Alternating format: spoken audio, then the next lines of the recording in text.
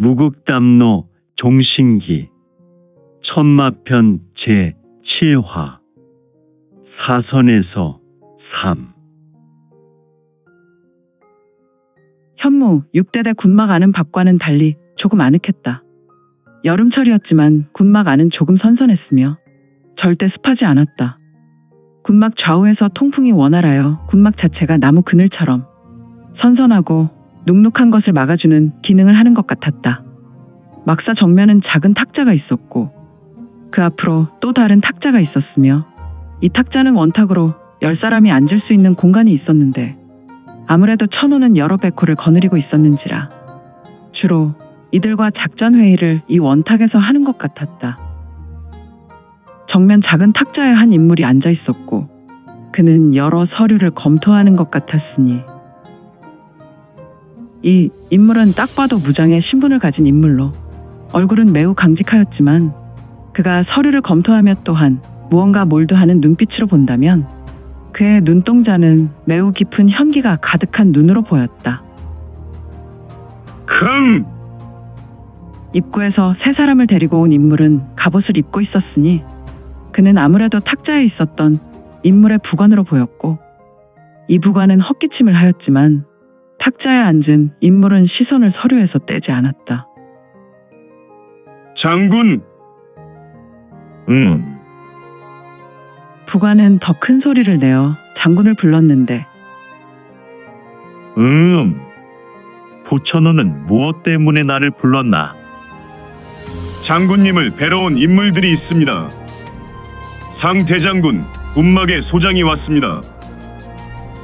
그래. 어라. 단목무, 이 친구. 이리로 어서 오시게.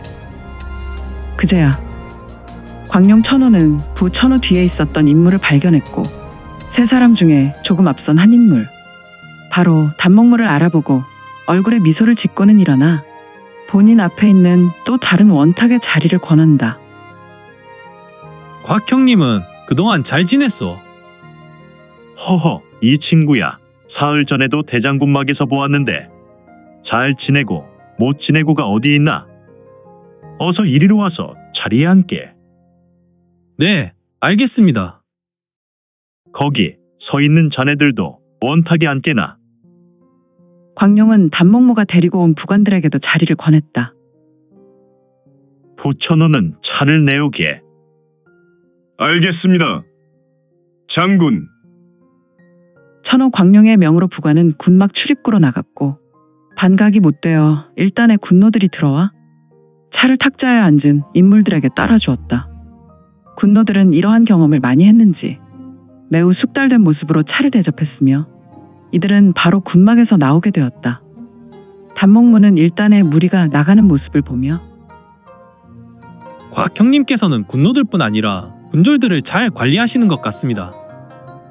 단목무의 말에 녀석이 군막으로 오기 전에 무슨 일이 있었나?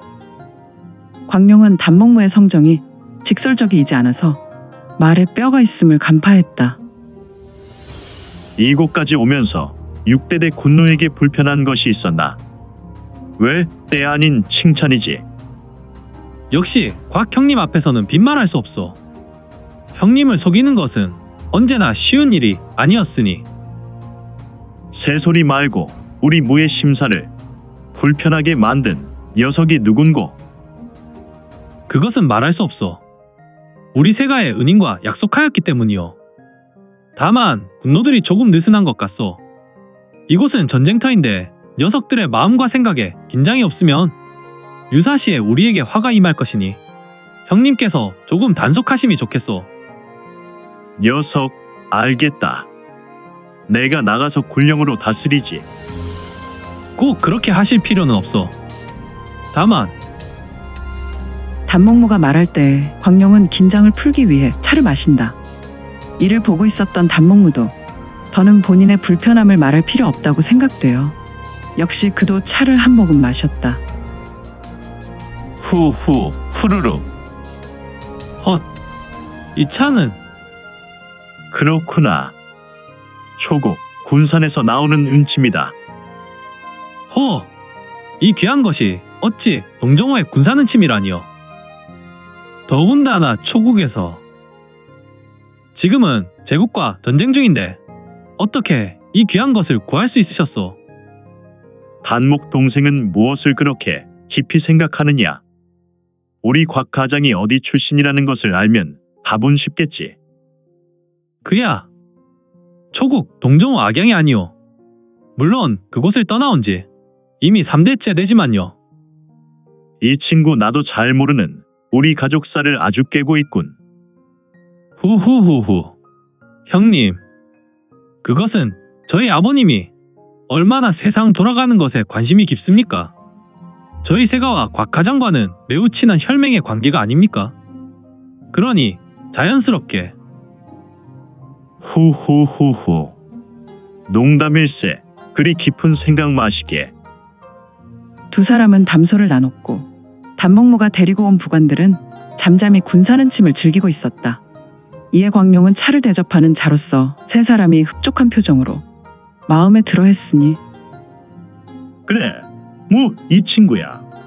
왜 나를 찾아왔는지 목적을 말하게. 네, 상대장군께서 사흘간 고민 끝에 광룡 형님의 모계를 거반 승낙했습니다. 상대장군께서 사흘간 고장 4시즌밖에 주무시지 않고 고민 끝에 내린 결정입니다. 그래, 이거 정말 기대했던 말이군. 이제 형님을 상대장군께서 보시고자 합니다. 그럼 일어나 어서 서두르세. 네, 그런데 형님께서 제시한 금선탈각의 수는 반드시 미끼가 있어야 하온데 형님은 보관이 있사옵니까?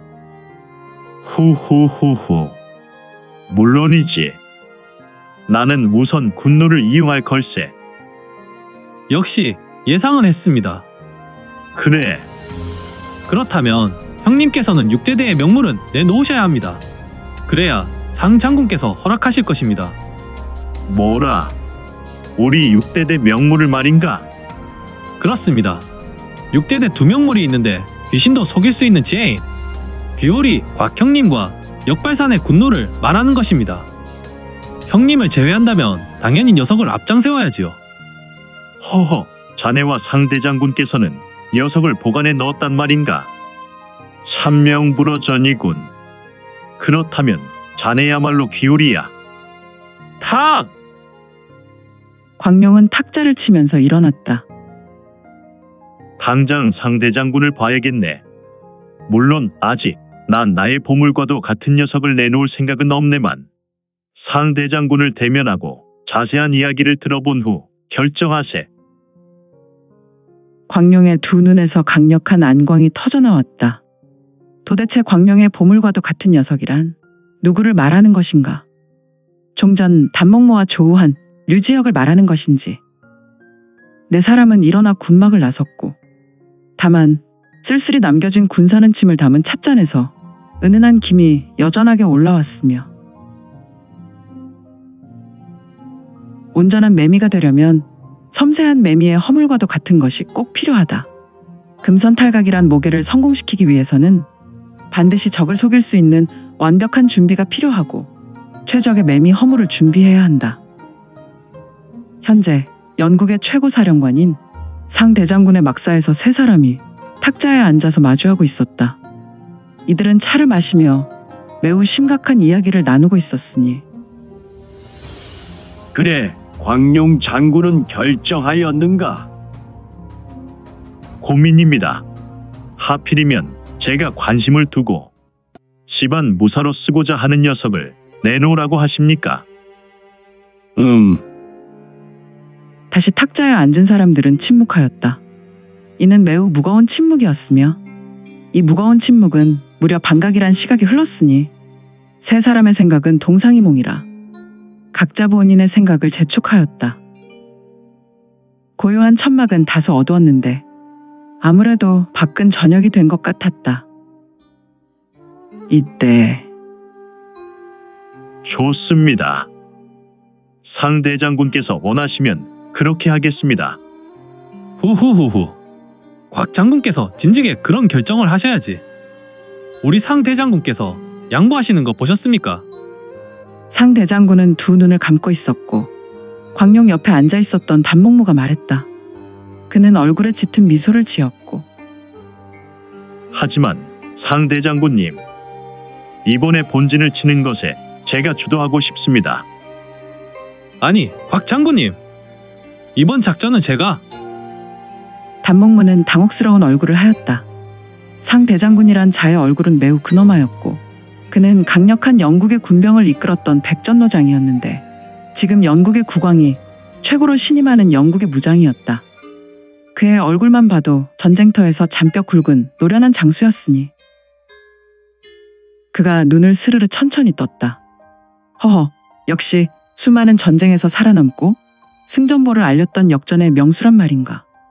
부리부리한 눈에서 강력한 안광이 터져나왔다. 네, 그렇게 함세. 아니, 상대 장군께서도 이러시면 아니 됩니다. 부야. 내가 젊은 혈기로 나서려 하는데 이번 작전은 광룡의 꾀가 아니더냐. 그리고 이번 작전은 조금 완전하지 못한 것도 있어. 만약 내가 나서서 일이 조금이라도 잘못되면 일도 일이지만 나는 내 녀석의 아비를 뵐 면목이 없구나. 네 아비와 나는 중마고우가 아니더냐.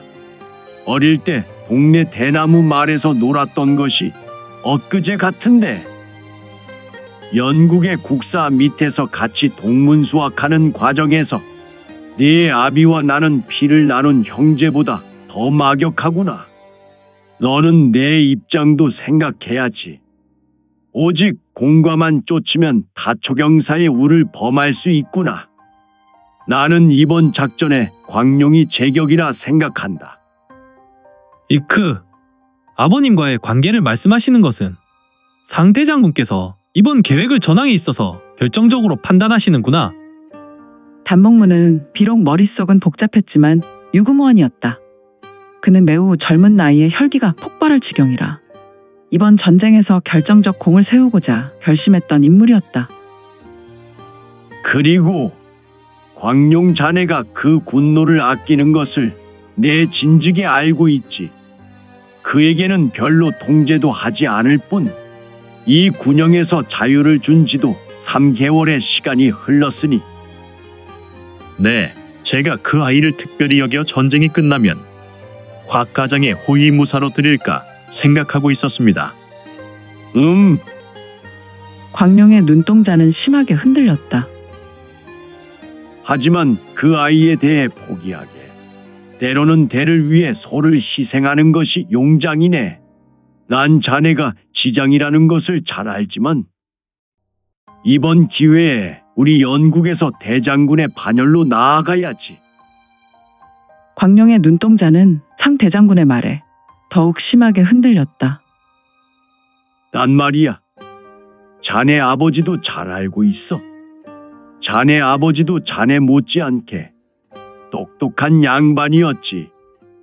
하지만 우리 영국에서 태어나지 않은 자는 아무리 뛰어나도 현역에서 성공할 수 없구나. 나도 이 부분은 상당히 아쉬운 부분이고 난 제국과 또한 조국과 대치하며 싸움을 한 것이 이미 수십 년은 되었지. 우리 같은 사람은 난세의 영웅이 될 기회가 있어. 하지만 자네의 할아버지는 초국에서 이민해 오지 않았나? 그것도 다행한 일이지. 만약 자네가 조국이나 제국 출신이라면 우리 영국에서 무관으로 기용될 수조차 없었을 것이야. 상대 장군님, 그런데... 내 이야기를 끝까지 들어보게. 내 사설이 긴 것은 이것을 이야기하려는 것이니. 네, 상대 장군님. 광룡은 상 대장군의 입을 보았다. 그리고 귀를 쫑긋하여 집중했다. 우리 영국을 수호하는 가문은 5기둥이 있네. 국왕을 중심으로 연씨 왕족, 그리고 여기 있는 단목무의 가문 또한 모용가와 장씨 1족, 나머지 나의 가문인 여씨 3가이지. 그런데 내가 한평생 자네 가문을 보았어. 자네 곽가장은 충분히 이 나라의 기둥과 같은 가문이 될 자격이 있네. 일단 이곳 전투에서 자네 룡과 자네 형제는 이미 혁혁한 공을 세우고 있으니 말이야.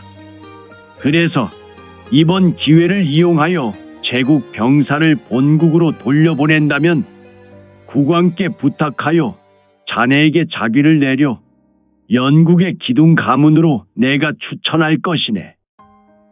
아, 광룡은 감동의 눈빛이었고 가벼운 탄성을 내었지만 아무 말도 할 수 없었다. 칠홍 중에 비록 약한 영국이라도 한나라의 기둥 가문이 된다는 것은 결코 쉬운 일이 아니었기에.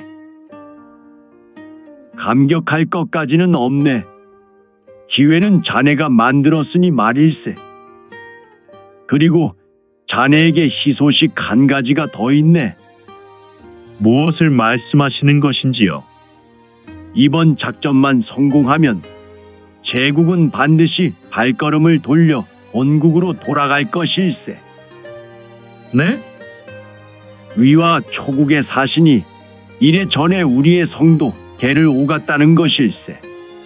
아마도 다시 이래가 되기 전에 그들이 움직일 걸세. 아니, 그렇다면 그렇지. 위와 초국은 서로 국경을 맞대고 있지만 이번 기회에 서로 협력하여 제국을 향해 출병할 걸세. 그렇다면 제국의 입장으로 이곳 호원평야를 버리고 제국을 수호하기 위해 총력을 기울일 걸세. 말을 듣고 있다가 단목무가 나섰다. 그렇다면 상대 장군님, 우리 영국에 큰 기회가 있는 것 아닙니까? 호원평야에 나와 있는 모든 병사가 퇴각할 때 이들을 끝까지 쫓아가서 섬멸할 것입니다. 부야. 그렇게 해서는 아니 될 것이다. 아니, 상대 장군님, 무슨 말씀이옵니까? 우리에게 가장 위협이 되는 제국의 군대를 섬멸해야 앞으로 우리의 삶에 있어서 좋은 것 아닙니까? 상 대장군은 인자한 할아버지 미소를 짓는다. 상 대장군은 이곳 호원평야에서 왕권을 대신하는 최고 사령관이었다. 하지만 지금 단목무에게 있어서 손자를 바라보는 인자한 할아버지처럼 미소를 짓는다. 무야, 네 아버지는 나와 결이 형제구나. 내가 비록 그보다 나이가 12~13년 가까이 더 살았지만 나는 그와 둘도 없는 친구와도 같은 사이지. 그가 국왕께 특별히 부탁해서 네가 내 곁에 있는 것이다. 그래서 난 내 아비의 뜻을 잘 아는구나. 다만 전쟁의 승리를 같이 하는 것도 중요하지만 내가 그동안 경험한 모든 것을 내게 전해주라는 뜻도 있지. 무야, 잘 들어라. 우리 연국은 전국 칠홍 중에 가장 약하고 작은 나라다. 그것은 부인할 수 없는 사실이구나. 우리 땅은 척박하여 백성이 다른 나라보다 적을 뿐 아니라 비옥한 평야도 드물고 산맥이 두루 걸쳐 있어서 다른 나라보다 국력이 태생적으로 좋을 수가 없구나. 꿀꺽! 단목무는 상 대장군의 말에 마른 침을 삼켰다. 하지만 무야, 우리가 다른 칠홍보다 생명력은 월등하다. 이는 우리의 약점으로 인해 더욱 간절하게 나라를 지키려는 선조 덕분이다. 우리는 많지 않은 군병을 가지고 적의 대군을 용맹하게 맞설 뿐 아니라 우리의 척박한 지형지물을 통하여 적의 능력을 월등하게 막아냈었다. 또한 우리는 다른 나라보다 힘의 균형을 유지하기 위해 외교에 힘쓰고 있단다. 만약 제국이 무너지면 더 강력한 위와 초국, 그리고 조국도 우리를 노리지 않겠느냐? 따라서 제국은 우리의 주적이지만 그 뒤에 언제나 더 강력한 나라들이 있다는 사실을 적당히 이용하고 때로는 제국이 우리의 방패가 되도록 해야 한다. 그래야 이 칠홍시대에 연국이 더욱 부강하게 될 수 있는 것이다. 아, 역시 노련하신 상대장군이십니다. 광룡은 격하게 감탄하고 있었다. 상대장군의 깊은 해안에 진정으로 감복한 것이었으니. 그렇다면 상대장군님, 애초 계획처럼 군노를 중심으로 별동대를 셋대 준비하겠습니다. 그리고 내가 가장 아끼는 군노를 본진으로 가장해서 허허실실로 적을 치는 것처럼 하겠습니다. 그리고 나와 특무조 10명은 제국의 대장 군막을 급습하여 반드시 적의 수장인 양광을 치겠습니다. 이봐 곽천호, 꼭 명심하게 양광은 절대 가벼운 인물이 아니야. 양광 또한 나 못지않은 백전노장일세. 비 오는 날이면 아직도 녀석과 20여 년 전 해결하여 얻은 내상으로 무릎이 저려오니 말이야. 네, 명심 또 명심하겠습니다. 나의 허실실 금선탈각의 목에는 절대로 실패하지 않을 것입니다. 후후후후. 자네의 활약을 기대하겠네. 후후후. 하하하하. 알겠습니다. 광룡 천호께서는 반드시 성공하실 것입니다. 하하하하하하. 세 사람은 잔잔하게 웃었고 이들은 대장 군막에서 나눈 계획에 추호도 의심 없이 확신하였는데, 류지혁은 특별히 부여된 이틀의 자유를 적과 대치한 위험한 지역 방향반대로 자유시간을 누리게 되었다. 지혁은 이미 산에서 약초를 캐는 것에 매우 능숙하여 그는 자유시간 내내 이 호원평야 주변 산맥을 타고 있었다. 이상하군. 왜 곽천호께서 나에게만 특별히 자유를 주었을까? 내가 군영에서 탈출하여 나의 고향 광으로 돌아갈 수도 있건만. 지금 류지혁은 산길을 걷고 있었다. 물론 산길이라는 것이 오지였기에 길이라기에 좀 그렇지만, 아니 분명히 규명하면 지금 류지혁이 걷고 있는 것이 산길이 되는 것이다. 그가 지금 길을 만들고 있다고 보면 좋을 것이다. 아무튼 지혁은 고개를 좌우로 흔들며 지금의 생각을 털어냈다. 그럴 수 없지. 내가 이곳 군노의 신분으로 편하게 돌아다닐 수 있게 일정 시간 자유를 준 분이 바로 광룡 장군이다. 내가 지금 광으로 도망한다면 나는 광룡에게 신의가 없는 것이지. 그는 내게 일정한 자유를 준 것뿐 아니라 상노인에게 내가 무공을 배울 수 있게 안배해 주었다. 비록 내게 무공한 자락이었지만 나는 지금 웬만한 군병을 만나도 충분히 때려 눕힐 자신이 있구나. 후후후후. 그리고 상노인은 내 단전에 40년의 내공이 있다고 하였는데 40년이라니. 지혁은 노을빛이 쪼이는 산하를 내려다보았다. 그의 두 눈에 들어온 산하는 아름다움 그 자체였으며 노을빛에 비친 류지혁의 얼굴은 관옥과도 같이 빛났다. 아, 하늘에서 내려온 신인의 얼굴이 바로 이러한 얼굴이 아닐까. 하지만 그의 관옥과 같은 모습과 상관없이 류지혁에게는 매우 혹독한 시련과 목숨이 경각에 놓이는 사선이 점차로 다가오고 있었으며. 오늘 준비한 내용은 여기까지이고요. 무극담로 종신기 천마편 계속 성원 부탁드릴게요. 또한 구독, 좋아요는 온 작가의 지필에 큰 힘이 됩니다. 그럼 오늘도 최고로 멋진 하루 되세요.